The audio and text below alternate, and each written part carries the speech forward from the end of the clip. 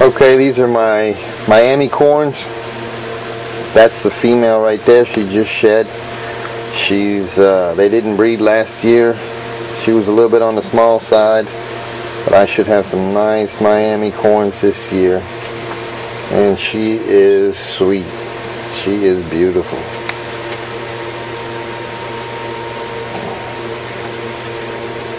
I really like the color. Miami corns are one of my favorite corns.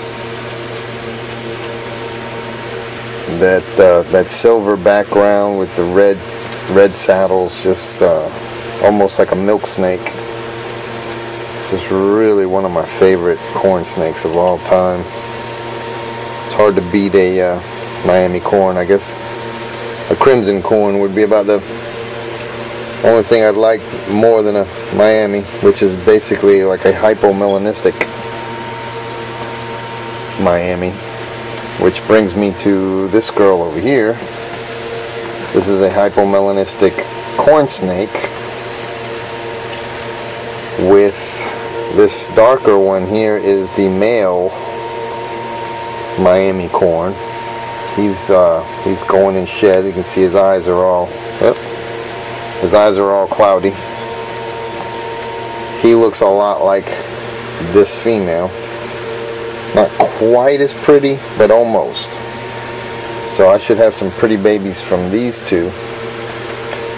And I'm putting him with this hypomelanistic corn snake here.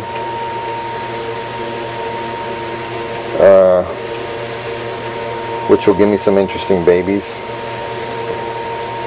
That when I breed the babies back together, should give me, I'm hoping, should give me some crimson corns, or at the very least some hypomelanistic Miamis. From what I understand, a crimson corn is basically a hypomelanistic Miami corn. So, and a lot depends on the parents and what kind of a hypo. There are several different types of hypomelanistic corns. This is just one of them. She supposedly is het for Silver Queen, so that would be a real good match. Silver Queen Ghost, that would make some really interesting babies down the line. I'd have to take a couple of their babies when they're born and then raise them up and breed them to each other. I've got some babies from her with a blood red that I hatched out last year. I've got 4 of them, 3 females and 1 male. And next year, they're not old enough or big enough this year, but next year I'll be able to breed them together and hopefully get a hypomelanistic blood red and maybe some Silver Queens. This one's trying to get away. So we got a lot of stuff going on. Some of it it's going to take a year or 2 to pan out, maybe even 3 or 4. Some long-term projects, but I should have some really nice Miami corns like this female here this year, at the very least. Alright, these are a couple of wild-caught corn snakes that were caught by family members and brought to me because they know I love snakes. And lo and behold, they both are some of the prettiest wild-caught snakes I've ever seen. They almost look caramel or amber. The one female almost looks like a gold dust. You see right there. The male is it's hard to describe. I hope this camera is picking up their colors. That male definitely looks like a caramel. And these are wild snakes. So I'm breeding them together. They're both from my hometown, where I'm at, where I live now, here in Florida, Central Florida. Both given to me. One by my daughter, one by my father-in-law. Both of them were babies actually when they were found. So this will be the first year that I will definitely have some babies from them. She gave me some babies last year, but she was in a community cage with a few other corns, so I don't know exactly who the father was. I kept a couple of them.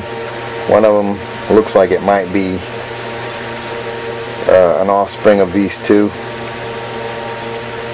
I don't know for sure. This year I'm keeping them alone, so I know exactly what the baby's genetics are. I know the father and the mother, and there's no guesswork involved.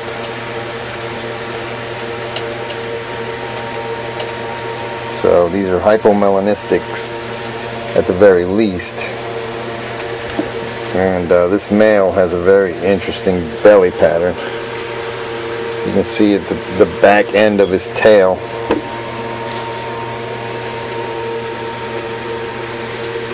And it starts off white with checkers, and as he goes down the back end, the checkers almost disappear and his belly turns into a deep orange. I'm hoping the camera picks it up. Ah, he's trying to get away. He's trying to get away. Get back in here. That female has calmed down a lot since I've had her, but every now and then she does get nippy. She has tried to bite me sometimes. She can get spooked pretty easy. But that's her right there. I'm really interested in seeing what their babies are going to look like. And like I said, these guys look almost like caramels or ambers. So it's going to